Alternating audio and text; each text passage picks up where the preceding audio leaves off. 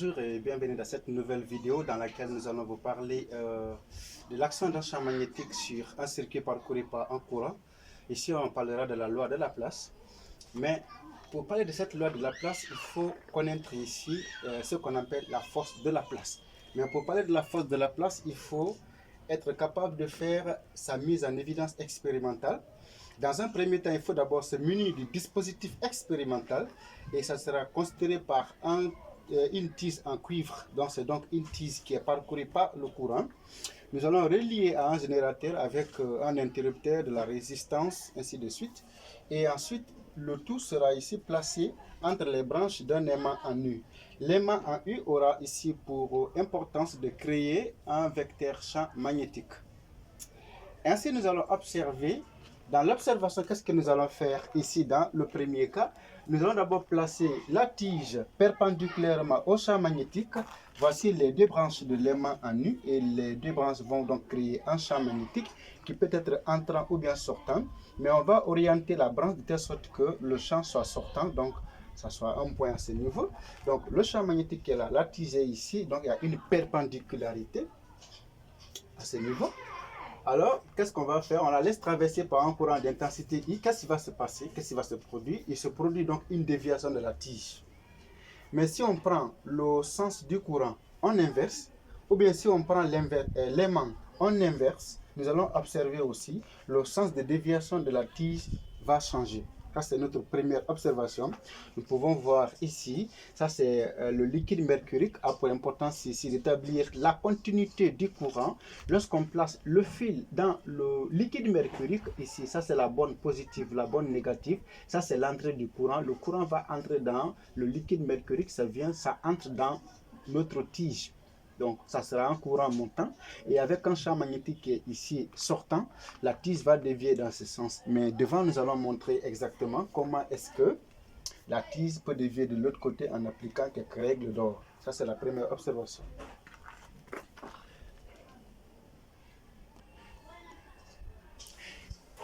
Dans la deuxième observation, lorsque nous plaçons la tige, mais les deux branches de l'aimant étaient comme ça, et entre les branches de l'aimant, il y a la tige. Si on prend les branches de l'aimant, on place à cette position, le champ devient donc parallèle à la tige ici. Mais même si la tige est parcourue par le courant, on n'observe aucune déviation. Ou encore, même si on laisse les branches de l'aimant et que le sud est par là et le nord est de l'autre côté, de telle sorte que le champ magnétique soit dirigé de la face sud ou bien du pôle sud vers le pôle nord, c'est-à-dire donc sortant, si on laisse comme ça et on place la tige au milieu des deux branches, si on coupe le courant, la tige ne va pas dévier. Ça va nous rappeler donc quelque chose ici. Alors, connaissant cela, nous pouvons déduire de ces deux observations une interprétation à notre expérience. Nous dirons donc quoi? Que un conducteur AB, ici c'est un conducteur AB, mais parcouru par un courant. Ici quand on dit conducteur AB, ça c'est un peu vague. En fait c'est la région qui est plongée dans le champ magnétique. Voilà. Parcouru par un courant et placé perpendiculairement ou bien dans un champ magnétique qui n'est pas parallèle au conducteur. Donc il faut comprendre ça aussi. Subit l'action d'une force électromagnétique qui ne dépend que du courant et du champ magnétique de la région. Ça veut dire donc la force que va subir le conducteur, parce que le conducteur a dévié dans notre première observation, cette déviation est donc due à une force, mais la force là est en fonction du champ magnétique et de l'intensité de la région. Cependant, le sens de cette force ou bien le sens de déviation, c'est la même chose, dépend du sens du courant, parce que si on inverse le sens du courant, le sens de déviation change, ainsi que le sens du champ magnétique. Donc, si on inverse encore l'aimant, le sens va changer. Et cette force porte le nom de force de Laplace. Nous allons voir donc tout à l'heure les caractéristiques de cette force de Laplace après avoir énoncé la loi de Simon-Pierre de Laplace. Oui. Alors donc, après avoir parlé de la mise en évidence expérimentale, on a donc vu précédemment que un conducteur qui est parcouru par un courant et placé dans un champ magnétique sera sûrement soumis à une force électromagnétique. Nous allons essayer d'énoncer ce que M. Simon-Pierre de Laplace avait dit. Alors Simon-Pierre de Laplace a dit une portion de conducteur de longueur L, donc ça veut dire que ce sera la partie qui sera plongée dans le champ magnétique, mais il faut que cette portion soit parcourue par un courant et placée dans un champ magnétique. Mais le champ magnétique uniforme ne doit pas être ici parallèle, c'est pourquoi on dit non parallèle. Et si tel est le cas, si l'intensité est là et le champ magnétique est ici, qui n'est pas parallèle au conducteur, forcément, cette portion de conducteur sera donc soumise à une force électromagnétique appelée la force de Laplace. Et l'expression mathématique de la force de Laplace ici découle de la force magnétique de Lorentz. Donc on dit F vecteur égale à IL vectoriel B. En fait, la force de Laplace, comme je viens de dire, provient de la somme des forces de Lorentz. Donc on met Fm vecteur. En réalité, la force de Laplace va s'exercer sur un conducteur en mouvement dans un champ magnétique, alors que la force de Lorentz va s'exercer sur les porteurs de charge qui sont en mouvement à l'intérieur du conducteur lui-même en mouvement. Donc, la force de Lorentz est interne, alors que la force de Laplace est externe. Mais les deux forces ont presque les mêmes natures. On dit donc que la somme de toutes les forces de Lorentz s'exerçant à l'intérieur d'un conducteur peut donner la force de Laplace. Alors, on peut continuer la démonstration. Q, la quantité d'électricité, c'est l'intensité fois le temps. Maintenant, la vitesse, le vecteur vitesse est là, le vecteur vitesse ici, vectoriel B, on le met. Ensuite, on remarque que la vitesse fois le temps, c'est la longueur du conducteur. La somme de toutes les intensités élémentaires développées par les électrons en mouvement devient l'intensité totale. Donc ici, on peut remplacer par I et là, on peut remplacer par L. Donc on va trouver F égale à IL vectoriel B. Les caractéristiques de la force de Laplace, il faut savoir que la force de Laplace s'applique ici au milieu du conducteur. C'est au milieu du conducteur que ça va s'appliquer. Autrement dit, le milieu de la région qui baigne dans le champ magnétique. La direction, la force de Laplace reste orthogonale ici au plan formé par I et B ou encore IL et B. C'est la même chose. Le sens, le trièdre ILB doit être direct. L'ensemble de trois vecteurs ayant un sens précis, c'est ce qu'on appelle trièdre. Et nous pouvons donner par la règle, par exemple, des trois doigts de la main droite ou bien la main droite. Par exemple, si nous prenons les trois doigts de la main droite, nous avons le pouce, nous avons l'index, nous avons le majeur. Le pouce va indiquer pouce. Pouce veut dire pousser, c'est donc la force de Laplace. Index 1 égale à intensité. Majeur, ma égale à magnétique. Donc F, c'est le pouce. IL, c'est pour l'index et B, c'est pour le majeur. Si on ne veut pas appliquer cela, on peut appliquer la main droite qui est d'ailleurs facile. Il suffit d'avoir la main droite, les quatre doigts indiquent le sens de IL, la paume indique le sens de P. Si ma paume est contre le tableau, le champ sera entrant. Si ma paume est vers vous, le champ sera sortant. Et le pouce qui est perpendiculaire à mes quatre doigts indique ici le sens de la force de Laplace. Si nous voulons représenter cette force, si nous plaçons la main à cette position, ça c'est le sens de IL, ça c'est le sens de F. Et comme ma paume est contre le tableau, ça veut dire que le champ magnétique est entrant. On peut voir là. Et si on met la croix, ça veut dire que le champ est entrant, F, IL. Cependant, si je prends ma main, je tourne comme cela. Voilà, F est là, IL est là, mais ma paume est vers vous, alors le champ est sortant. Alors, si nous connaissons les caractéristiques de la force de Laplace, et si nous savons donc appliquer la règle de la main droite, nous allons nous servir de ça pour pouvoir répondre à ces exercices d'entraînement. Nous répondrons par vrai ou faux les situations qui y sont. Et pour bien répondre, il faut être capable de représenter. Quel est le petit secret à ce niveau? Pour savoir représenter la force de la place, ou le champ magnétique, ou encore IL, il faut au moins connaître deux vecteurs. Donc, il faut se servir du sens de deux vecteurs pour pouvoir en déduire le sens du troisième vecteur. Si on trouve le sens de deux vecteurs et que le troisième vecteur correspond au sens précis par la règle de la main droite, ça veut dire que c'est vrai. Mais si on trouve le sens de deux vecteurs et que le troisième vecteur n'est pas donné par la règle de la main droite, ça veut dire que c'est faux. Donc c'est simple en fait. Ok, voici notre première figure. Dans cette première figure, IL est ascendante et B est à droite. F ici, il y a le point. Ça veut dire que la force, elle est sortante. Donc on me demande de voir est-ce que ça c'est vrai ou bien c'est faux. Pour cela, j'applique ma main droite. On sait bien que si on fait comme ça c'est IL, ça c'est F. Et ma paume c'est B. Maintenant, si je fais comme ça veut dire que IL est pas là. Ça veut dire que F monte. Ça veut dire que B entre dans le plan du tableau. Mais tel n'est pas le cas ici. Ici, IL est en haut. Donc, je tourne mes quatre doigts en haut. IL est en haut. Ensuite, B.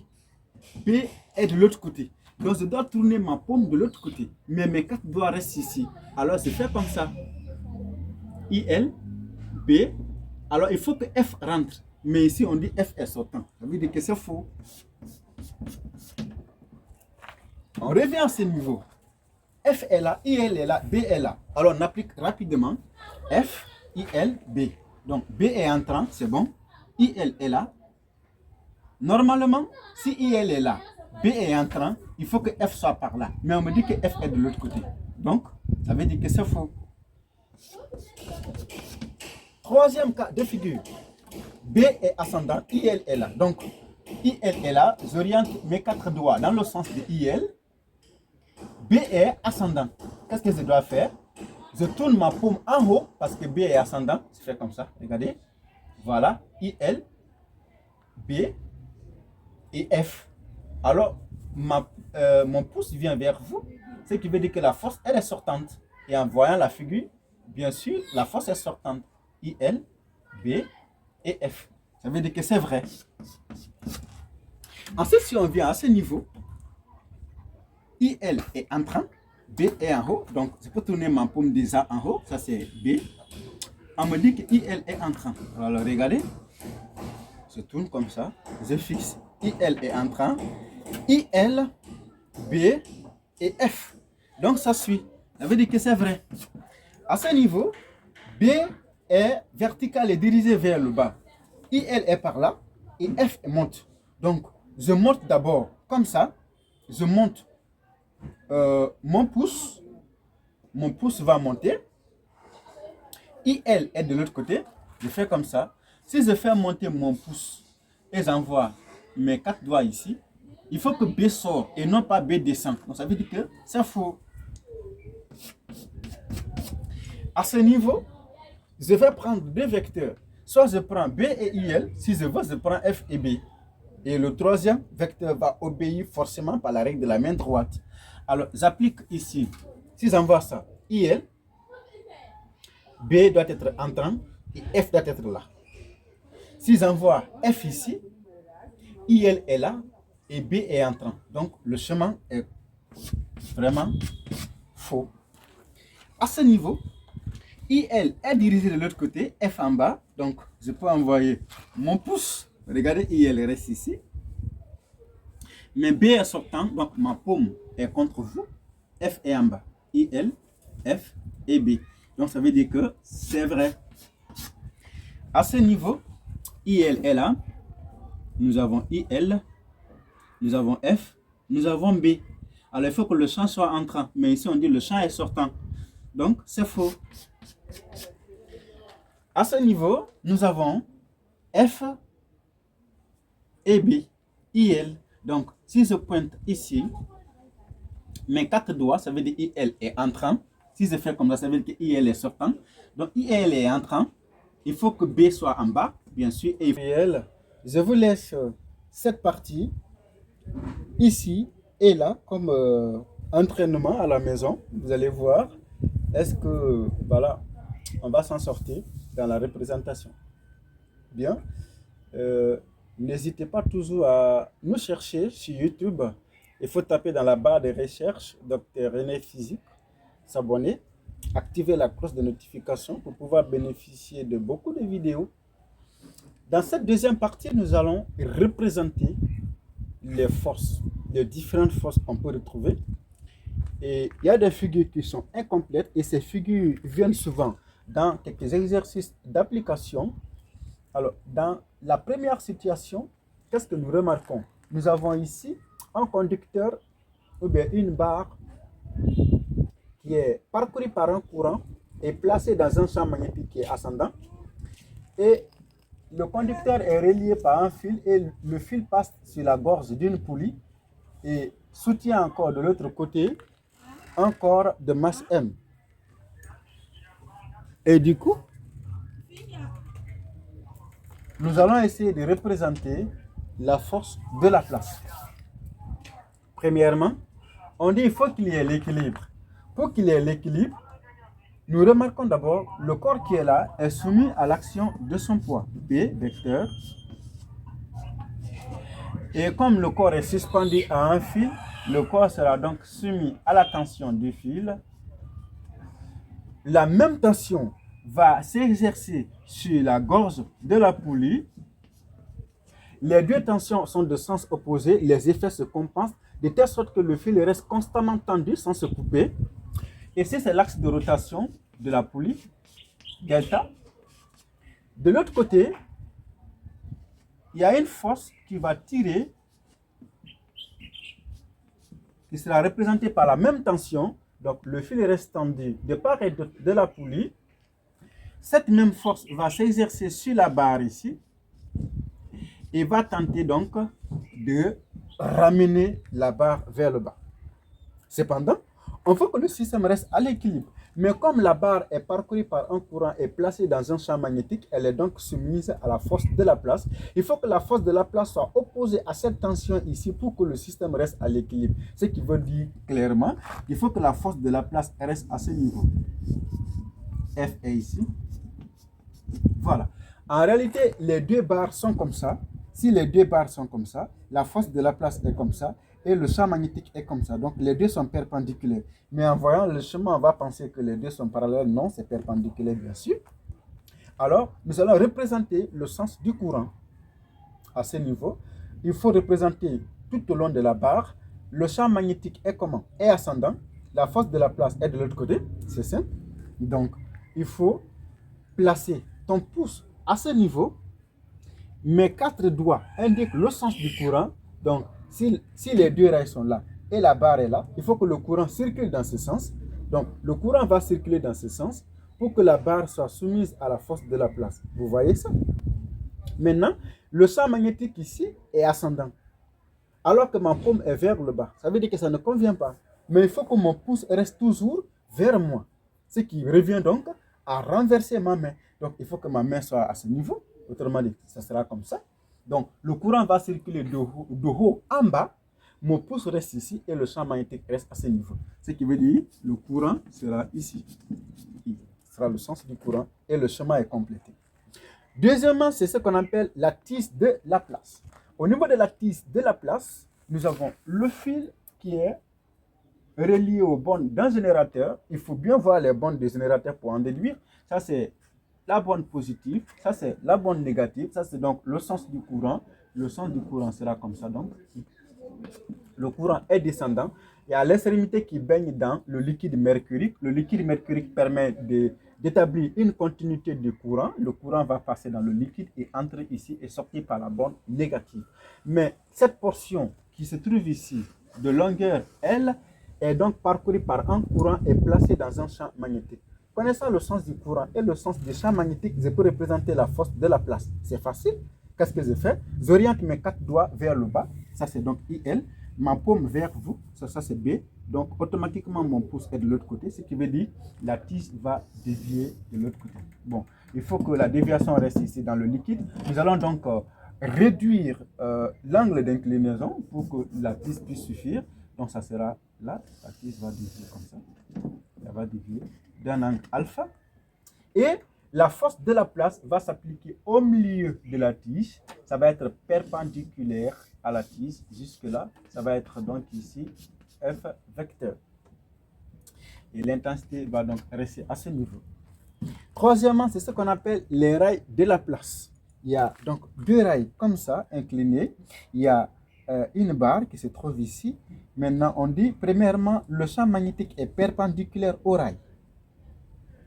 Donc, si les rails sont comme ça, le champ magnétique reste comme ça. Donc, les deux sont perpendiculaires.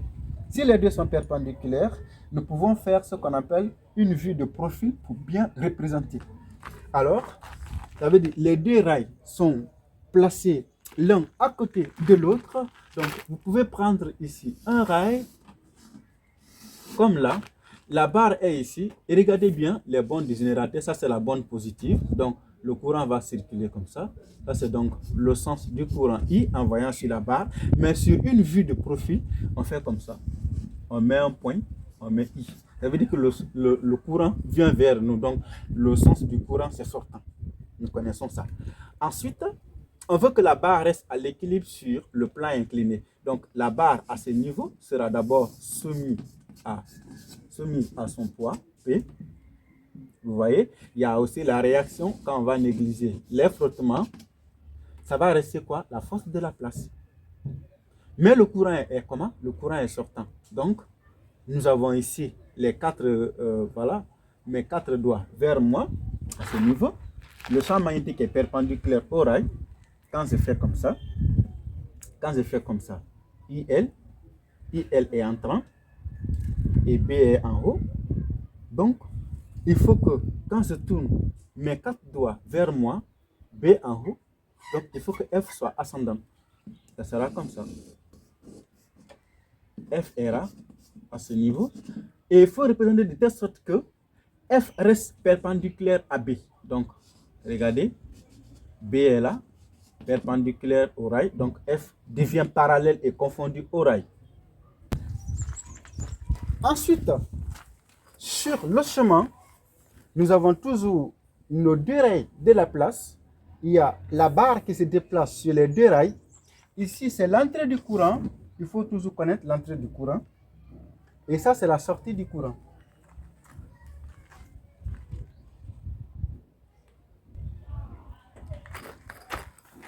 Alors, ça, c'est l'entrée du courant. Ça, c'est la sortie du courant. Ce qui veut dire le courant va circuler dans ce sens. Alors, le courant sera comme ça, I. Et si les deux barres sont comme ça, et que le courant circule dans ce sens, ça veut dire le courant va sortir. Alors, on reproduit notre plan incliné pour une vue de profil. L'angle alpha sera là. La barre sera représentée ici.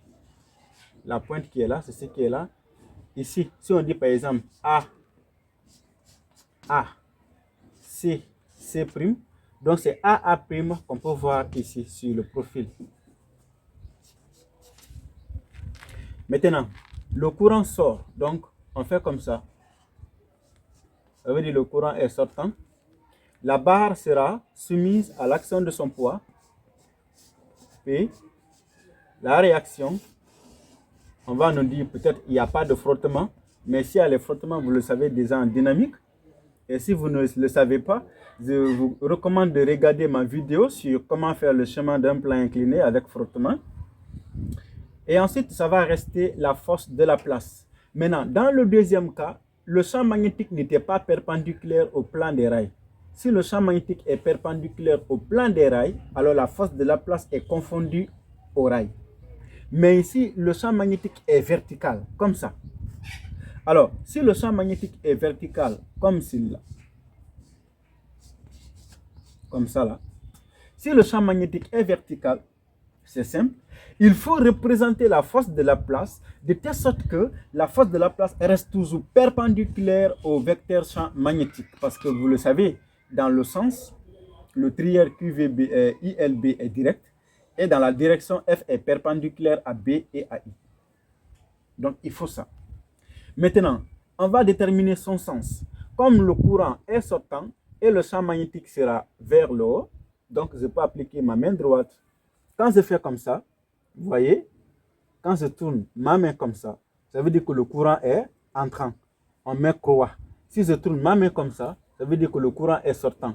Si ma paume est vers le haut, ça veut dire que le champ magnétique est dirigé vers le haut, c'est vrai. Alors mon pouce sera de l'autre côté. Donc, la force de la place allait être comme ça, si et seulement si le champ magnétique est perpendiculaire au rail. Mais comme B et F sont là, alors il faut que F reste toujours perpendiculaire à B qui est vertical ici. Donc F sera là, à ce niveau. Ici, F. Nous remarquons que les deux droits sont parallèles, donc alpha qui est là, c'est l'angle alpha formé à ce niveau. Et cette force de Laplace peut avoir des coordonnées sur l'axe des X, tout comme sur l'axe des Y si tu veux associer. Enfin, nous avons ici un cadre mobile qui est parcouru par un courant dont le sens est déjà précisé. Il y a une portion qui est plongée dans un champ magnétique B. Le cadre est relié à un ressort. Alors, comment on va représenter les forces de Laplace ici? Il faut d'abord mettre dans la tête tout simplement que la force de Laplace va s'appliquer dans la région où il y a le champ magnétique. Où il y a le champ magnétique? C'est ici. La région qui est là, c'est la région là. Uniquement, on peut représenter la force magnétique. Et comment s'applique la force magnétique? Ou bien, où s'applique ici, dans la région considérée? Ça s'applique au milieu. Alors, si on prend, par exemple, A, B, C et D, de A jusque là, là où la région commence, on met là-bas M, par exemple, et ici, on met N. Donc, c'est la portion MD qui sera là, la portion DC et la portion CN, ou bien NC. Et cette force de Laplace, dans cette portion MD, va s'appliquer au milieu de MD. Donc, ça sera à ce niveau, au milieu. Maintenant, comment sera F? Ça sera à l'intérieur, à l'extérieur, en haut ou en bas. Il faut voir le sens du courant. Si le courant circule à ce sens, ça va descendre ici. Et là, le courant monte. Voilà, vous appliquez la règle de la main droite. Mes 4 doigts vont faire quoi? Mes 4 doigts vont descendre. Si mes 4 doigts descendent, ça veut dire que le courant descend. Mais il faut que ma paume soit vers vous. Si ma paume est vers vous, ça veut dire que le champ est sortant.